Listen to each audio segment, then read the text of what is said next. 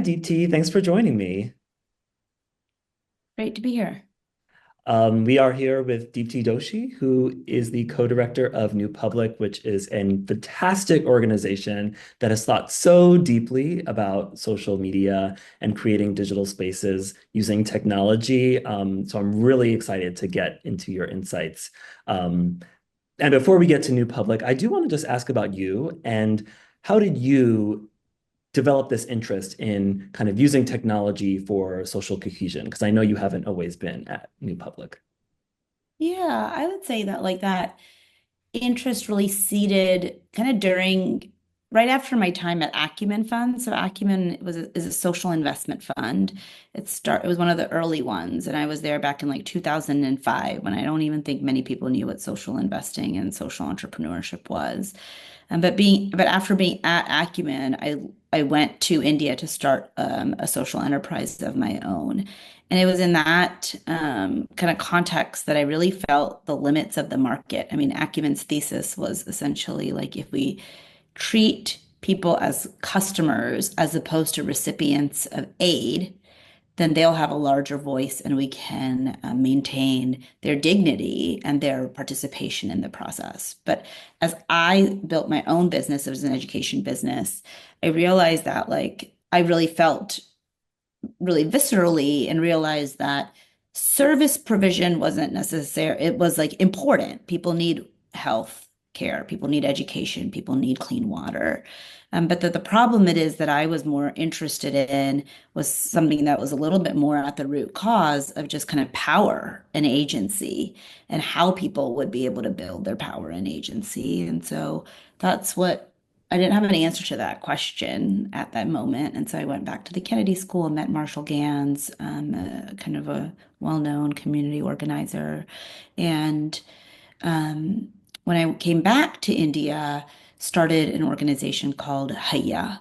And Haya is like a feeling, an exclamation that when people are on a construction site in India, like one person says Zor Lagake, and that means all your strength. And then everybody else, as they're lifting the big thing, whatever it may be, says Haya together. And so it was this real idea that we can create change collectively, like that people powered change. And when I was building Haya, which ended up becoming, one of India's largest community organizing platforms, technology has not entered my story, but we organize through college campuses.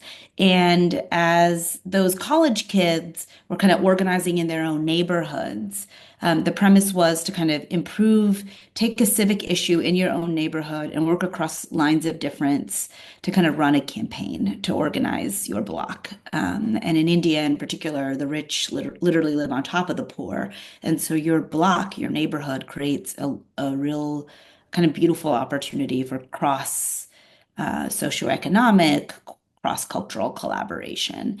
And it was those college students, frankly, that started using Facebook groups in order to kind of hold the organizing that we were doing together in the neighborhoods.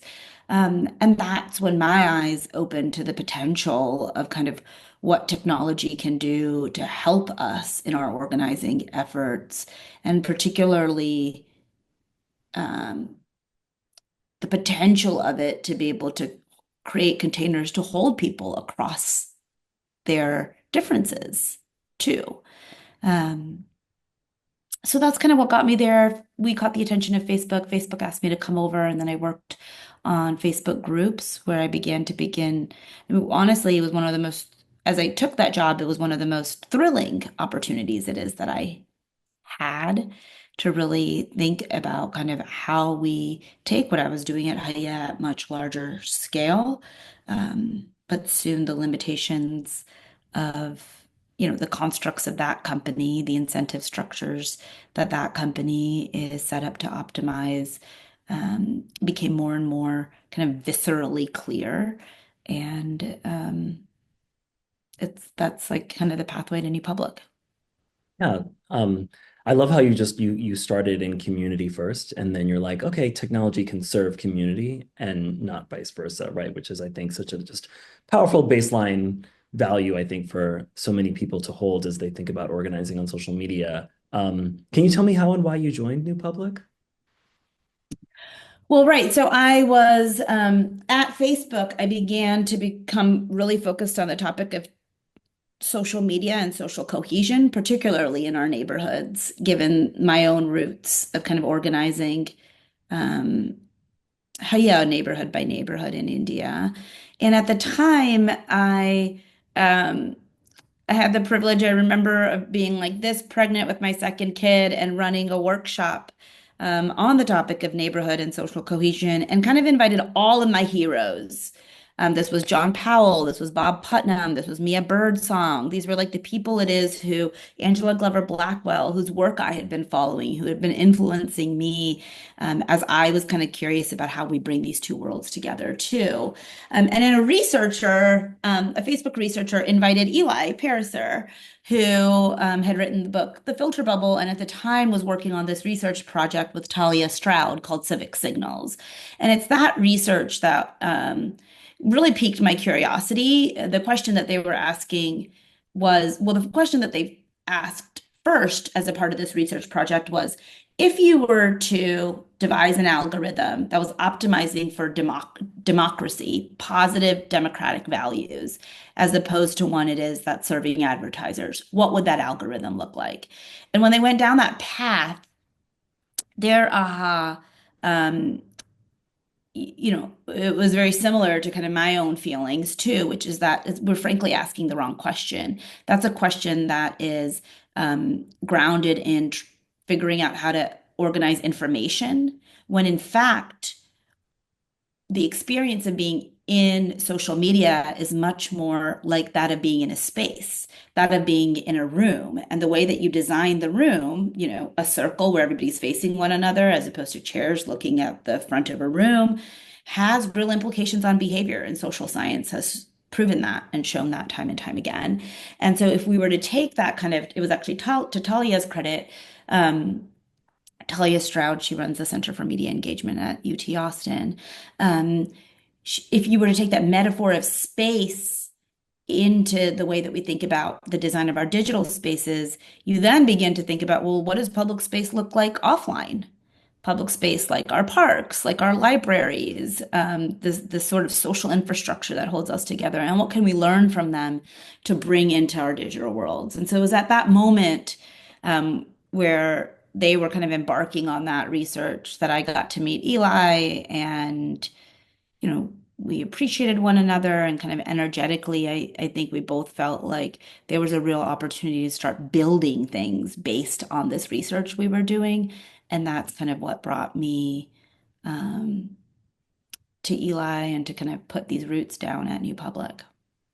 Yeah, and so I know that like New Public does share a lot of research as well as kind of public conversation, education about what's wrong with social media and how do we do it better. You've done case studies. I feel like there's also hopes of building things, like you said, or the current building things. So can you talk about that work and also how is it getting to this understanding about how social media can actually advance community, collective action, storytelling, etc. Yeah, so we're working on two concrete projects right now. One is kind of manifesting in our local lab, and we're building, imagine a healthier, more civically oriented version of Facebook groups or a Nextdoor, like a space it is where you can actually meet people and build trust in them, understand what's going on in your community. And we think that if you were to take away, um, you know, an incentive structure that needs to kind of serve advertisers as the customer and put us as individuals and us as a collective in the center as the customer. And really, we're really anchored on increasing social trust in our neighborhoods. And I don't think anybody here would argue that Nextdoor is necessarily doing a very good job at that. But at the same time, we're in a moment where local newspapers are also withering away from our communities. And so there's very few containers to do that kind of like sense making, both in terms of what's happening in the area in which I live, but also and who's who in the area in which I live. And so we're building a product that's going to be able to solve those problems. We're starting with working in kind of 5 communities this summer, and really look forward to kind of being able to get that out into the world and scale it. And as I mentioned earlier, we're really the metric it is that we're going to be measuring our success on is whether we're able to increase social trust between the members of that community. And I don't know if you know, but social trust is not going to surprise anybody, is at an all-time low in America. Only 35% of Americans believe that other Americans can be trusted. And it's a staggering number that's dropped 50% over the last 10 years. So, this is the problem it is that we're really interested in solving through the work of the local lab. We have another project called the Public Spaces Incubator. That is a multi-year um, partnership with public broadcasters, specifically CBC Radio Canada, ABC in Australia, ZAF in Germany, as well as a handful of other European public broadcasters, where, unlike in America, these public broadcasters are well funded and well regarded and do hold a lot of the public's trust. And that's trust it is that we can borrow to then build social spaces and kind of improve. They're really interested in improving the way that they build engagement, not only with their audience, but between their audiences. And so our team is um, building some prototypes. We're in beta. We're out in the wild in Canada and in Germany. Um, but that's a different project from the local project. But those are the two manifestations. One is really trying to help us build local community, and the other one's trying to improve public conversation. Wonderful. When you mentioned next door, I remember bought a house in the pandemic and I moved to a new neighborhood in Chicago. And I remember going on next door being like, oh, I'm gonna meet my neighbors and it's gonna be all great. I'm gonna find out all this local information. And it's just not been helpful pretty much at No, all. yeah. Yeah, what did you find? I mean, it was a lot of like fear mongering, like Right. crime in Totally. Chicago. And a lot of maybe just complaints about random things that people don't like in the neighborhood. A lot of actually targeting of houseless people. Um, Uh-huh. and, it was just all negative energy, basically. I remember once I posted something about just like, hey, there's like a ward thing happening with like a basic infrastructure thing, like shoveling. And like one person, because the news source was The Guardian, like posted this like 1,000 word comment about George Soros or whatever, like it was just all Right. conspiratorial. So moderation, I know you've talked about moderation was like such a problem on Nextdoor. So I'm curious, like, as you're designing these better alternatives and trying to build public trust, what are the things that you are battling, or what are the challenges that you are trying to counteract or mediate? Like, Yeah. how do you do moderation better? Like, what are the problems on these other platforms that you're correcting for? Yeah, I appreciate you pointing to moderation. It's something it is that we think about a lot.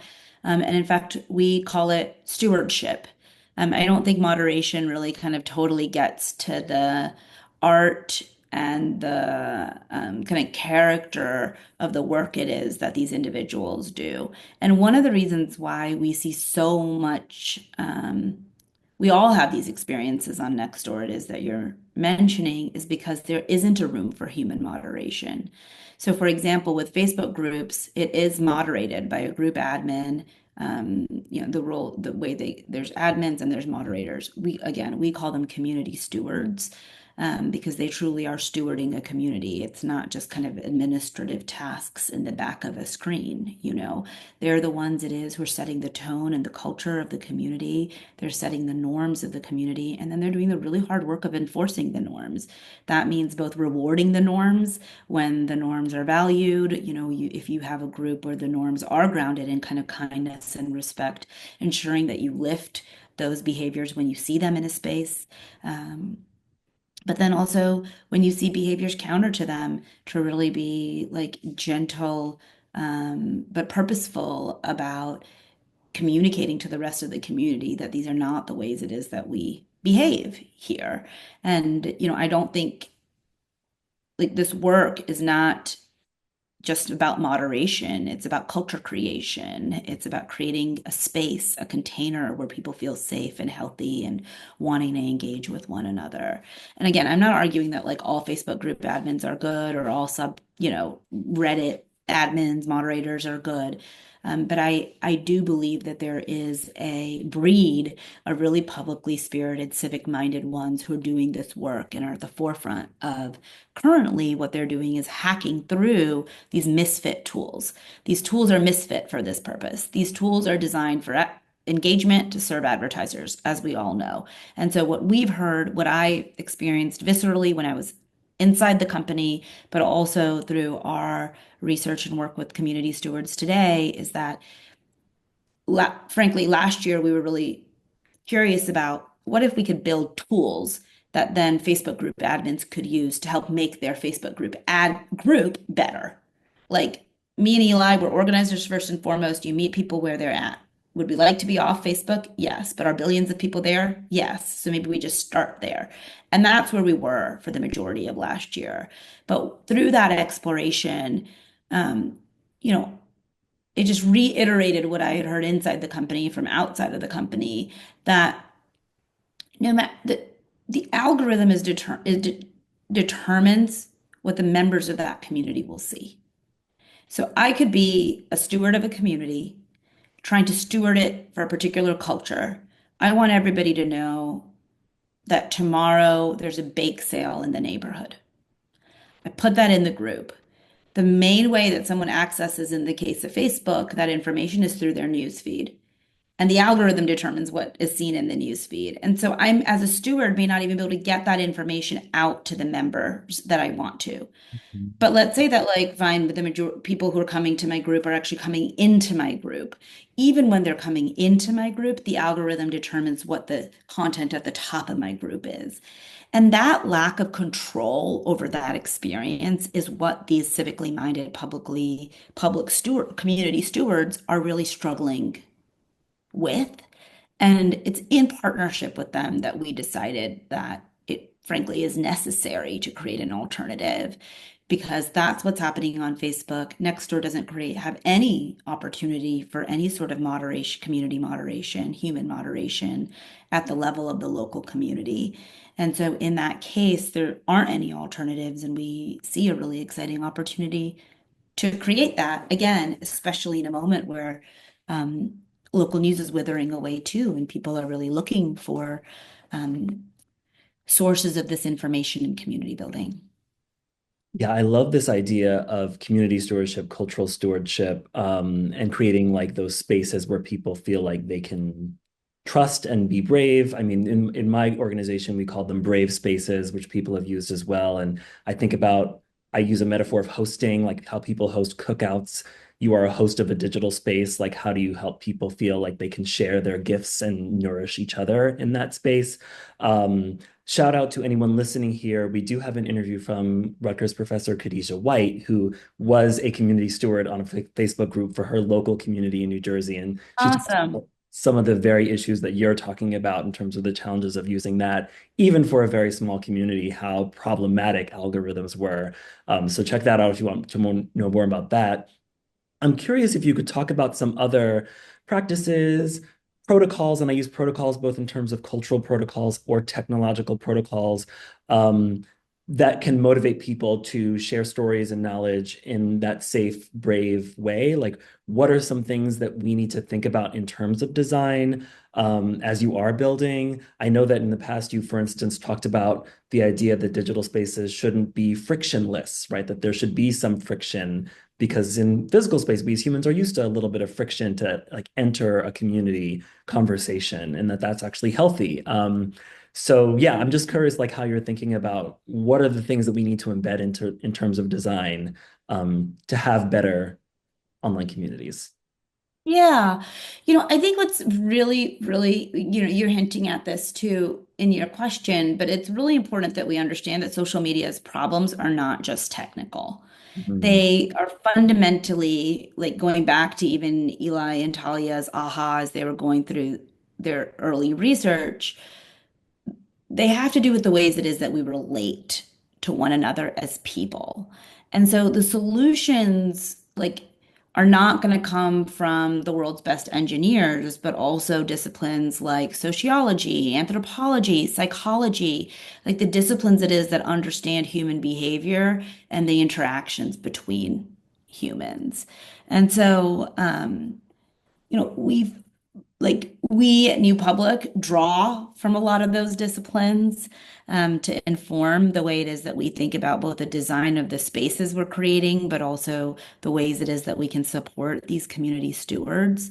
Um, and, we can't just move fast and break things, brute force our way through these tough problems. And then expect kind of long lasting equitable change on the other side of it. And so we take a lot of kind of lessons and inspiration from offline institutions, as you're mentioning, both large and small. Everything from gardening clubs, and I would argue that like my mom's gardening club is run in a like way healthier way than most online spaces are. Why? That's a curiosity it is that we have? Is it because of the size? Is it because they have a shared purpose? Is it because the rules are really clear? Is it because the history is respected and honored? And these are organizations, whether it be the gardening clubs or the PTAs or the unions, that have been able to maintain social trust over really long periods of time. And in this moment, where yes, their foothold in our society is declining, we still believe there's a lot it is that we can learn from them to kind of bring into the design of these online spaces. And that's why our team is full of a whole bunch of, um, as much as we are product designers, we're also urbanists and cultural anthropologists, kind of bringing these disciplines together.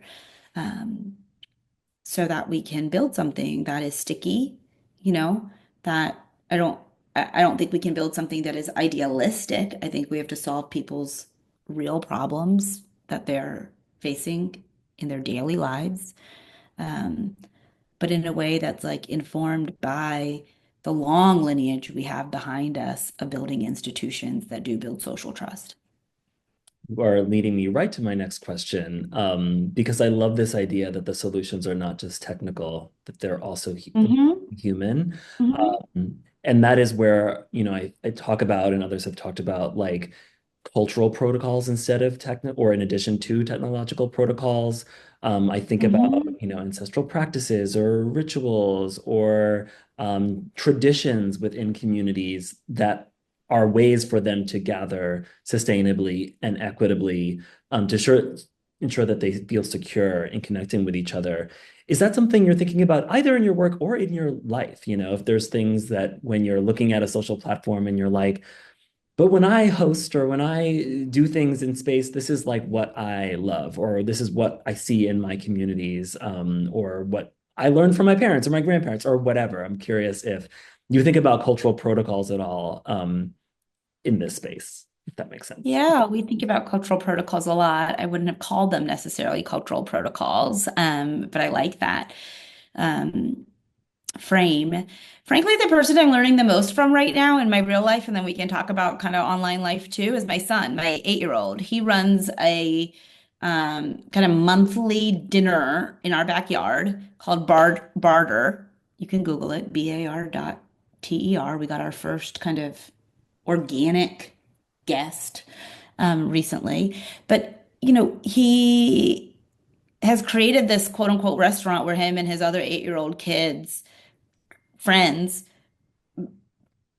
set the table, do the flowers, make the meal, make a beautiful menu, invite people from the neighborhood. And Aiden's vision around it actually was grounded in the fact that other people don't necessarily have money, but we can trade our skills. Like I can give them food because I can offer them food and they need food and they can bring other things. They can juggle, they can do a magic trick, they can do other things. And every single time we've done these, they're just like these beautiful magical experiences of like awe and wonder and community and joy and weird disparate group of people coming together in our backyard. And so you could imagine his joy when somebody called me randomly being like, "Can I get a reservation at Barter?" that he hadn't curated, and he's very excited that this is beginning to take some hold in our neighborhood.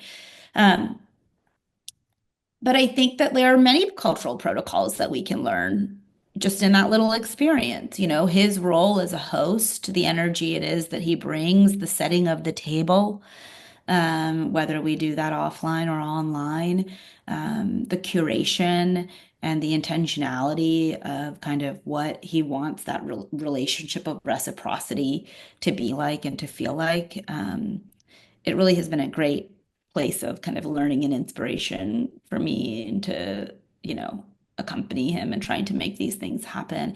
But I think online, you know, and just like in that experience too, there is no silver bullet. You know, there's not one norm or one rule that makes sense for every community. This is like this quirky thing it is that my 8-year-old is doing in our backyard. Um, but at the same time, I do think that there are some concepts and practices that are broadly applicable. For example, one of the things that is that we've been looking at is this idea of procedural justice in both kind of criminal justice and social media, where like that sense of fairness is really, really important. And giving people the opportunity to know and understand the rules and a sense that they're being treated fairly by the system can go a really, really long way for promoting positive behavior in a space. And, you know, the status quo of who's a bad user online and how we should punish them is, like, frankly, extremely outdated in the way that it is outdated in our offline lives too. And so, again, yeah, you know, our journey, our curiosity is about how we can kind of learn from these cultural protocols as you're naming them out in the world, and then think about what their corollaries are from a design perspective um, on these new platforms. But again, not only design for platforms, design for people too. Like, how do we support these community stewards who are at the helm? What does that support need to look like? I think there's a lot of we can learn from other disciplines. Um, Again, as we try to create these spaces that really serve as like containers for civic life. Yeah, I like how you're drawing. I'm just hearing kind of a little bit of that anthropology, those like collaborators that you're talking about, like just the people who've studied like human cultural connection for centuries, millennia, whatever, like there's things that just we do to support those who hold space across cultures, and it is culturally specific, as you said. It's like unique to the space and the people and what they need, et cetera. Yeah. But starting with that first, and then being like, okay, what's the tech design that maybe matches with that, seems to me to make a lot of sense and it's a really good guidepost for anyone thinking about building. Um, I love the idea that you're learning from your son. That's so cute. It's so fun. It's so cute. And yeah, just this idea that like, kids actually have wisdom too. I think is just an important ancestral thing that we often forget. And we don't listen to youth, but they actually have a lot to teach us. Um, and this idea that like hosts deserve support, and also they're holding all of this space for figuring out like who gets to enter and why, and that like enforcing of the rules has to not feel carceral, because it actually makes everything like it just kills the vibe and it makes their job harder to do. um I think about, I write about in my book just like how, um you know if you act out at a party, the host has to like kind of take you aside and be like, yo, that wasn't cool. Like, that's not going to be cool here. And you might not be invited back, but it's not like you're in jail. Like, you could get Right. reinvited, but you have to make amends with the people that you harmed. You have to agree to better behavior, and that is transparently communicated to you by all the people who've been affected. And then you can actually show up better. And then people are cool. And like, it's fine. Like we've done this before. Yeah, it's making me actually think, like, just reflecting a little bit more on Aiden's last restaurant thing that he held here. He is a real stickler for the rules because he wants this to feel like a restaurant. And he like he knows the difference between us bringing our friends over for dinner, which happens often here, and the experience of a restaurant that he's trying to create because he's trying to then make it feel worth it for somebody to give him something or some offer something because they're really receiving something. And so one of the things that he's a real stickler about is who can come in the kitchen. Because Mm. obviously, if it was just a family dinner party, people are coming in and out of the kitchen all the time. And when he runs the restaurant, the one thing that he's very sensitive about is like nobody can come into the kitchen. Like at a real restaurant, nobody goes into the kitchen. And I'm just like, as I'm hearing you speak and reflecting on like, yeah, that role of the host to set the rules, to set the guardrails, to set the norms. It's just so, and as a result, people do feel like they're really in a restaurant because it's really easy for this barter thing to turn into just another family dinner party at our house. But they maintain their specialness as an experience for the people who come because of how, yeah, he takes on the stress of kind of managing that line and creating that container. Yeah, and that those rules and those boundaries and maybe even that friction, like you've said before, actually creates the space for everyone to enjoy themselves, right? That like they actually enable better connection as opposed to just being this thing that people feel like they're fighting all the time, which I feel like is how people experience moderation on social media platforms, right? A And 100%. don't know why the rules were instituted. They don't know what the rules are. They're always changing. And so you say something and you're banned or censored and you don't know why. And now you're angry. And so, it really doesn't create the best context for a connection. And this is also about where context matters, right? Like you can't necessarily have a central system of rules that will work in every community context. So even if Facebook has these rules and you know what the rules are and you know why they were developed, that's not necessarily mean that they're applicable to this community. And I think that's why that human,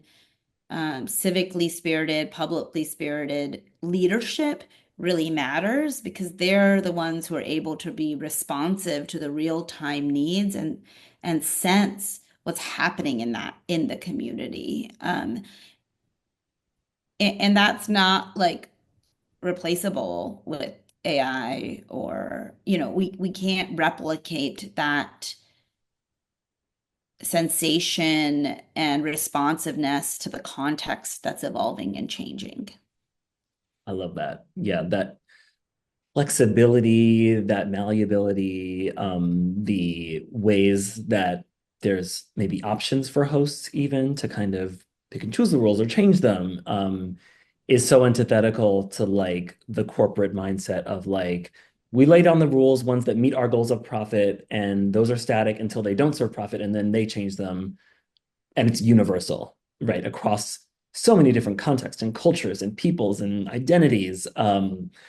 It's just not really a job that no matter how much money you have, any corporation I think can really do. But they're certainly not incentivized to do it in the kind of artisanal, unique way that you're describing.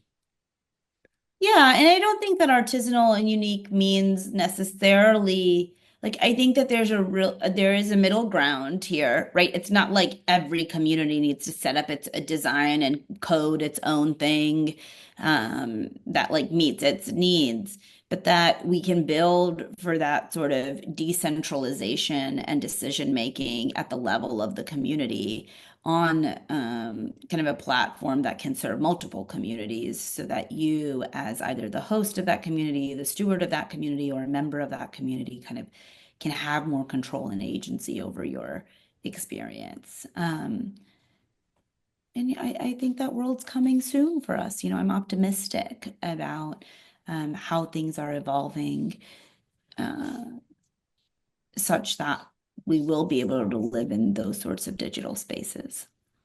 I think you're right. I am also cautiously optimistic in that, I'm an elder millennial, so I've seen the development of these large social media platforms. And I feel like when I'm old, I'll look back, and many of us will look back and think, isn't it wild that we thought we could just have like one platform for 2 billion people and there would be no problems? And we'll have maybe a more varied and diverse social media landscape, like we've had varied and diverse news landscapes and entertainment landscapes and all those things that do serve people better based on their varied needs. And hopefully, we'll be talking to some people there at Harvard on that. There's some interviews on this YouTube channel with folks like Rudy Frazier of Black Sky, who's taken a decentralized protocol and coming up with different ways to modify that protocol for specifically Black users. So people are already Yep. doing this right, and like work like that does give me hope that we can figure this out. So I want to end our conversation by asking you two potentially different difficult questions, which is one, what is one specific thing? It can be a cultural practice, a design feature, a platform policy, what have you, that you love about social media or other tech that you think we should keep with us as we try to make a better future, and one thing that you think we absolutely need to change. Yeah. I'll answer the first one first. So the thing that comes to mind, the first for the first question is Grumpy Cat. Grumpy Cat is a norm and an emoji that um, my friend Lola Omolola uses in her Facebook group, which has 2 million women in it called Females in Nigeria. And it's a soft way to nudge somebody in in this really large, vibrant Facebook group that their behavior is not up to standard. And anybody can share a grumpy cat with anybody. And when a grumpy cat is shared, it's kind of a soft nudge. It's kind of that, like, when you're like, well, when you're doing a conversation and you can kind of see that somebody's like dozing off or that someone doesn't fully, like, you can get these body language signals before getting the like punishment. And that's what this grumpy cat represents. And I think that there's so much we can do and innovate in order to kind of have more of those kinds of feelings represented that can support people and shape their behavior in a way it is that we want to see. What's something it is that I don't like about social media? I think fundamentally the thing that's on my mind the most is how we need to change incentive structures.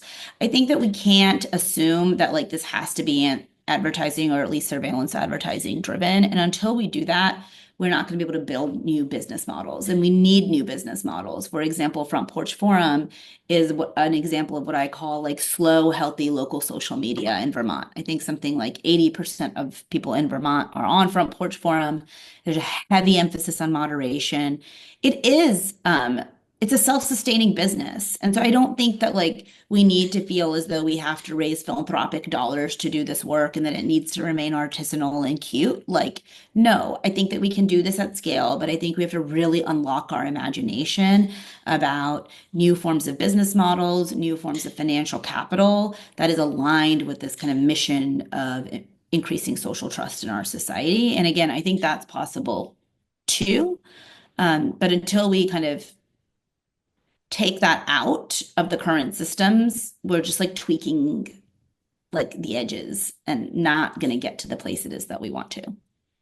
Ashe, I mean, so much of the problems I teach this in my classes of tech is they take this VC money, they take on billions of dollars of debt, and now you have to repay that fast. So you've got to scale super quickly. You've got to serve, like you said, your core customers are typically advertisers, and you're just designing for all the wrong things, and you don't have an incentive to care for the collective. There's just nothing about taking on like $100 billion in debt that makes you say like, I care about community now, like, and why do we even expect them to? And then, you get shareholders and all that. So I 100% agree that if we took that out, we'd actually probably see really rapid change. Oh, I have some kind of Zoom feature that makes me do these things. Anyway, Oh, um, that's all I have. I really think this was such an insightful interview, and I just love the work that you're doing. And I just think if we empower you, the world will be a better place. So keep doing what you're doing. I hope that you have the energy to do it. I have the energy and really appreciate it. And every opportunity to reflect on our work is one, yeah, I really appreciate. So thanks for taking the time too.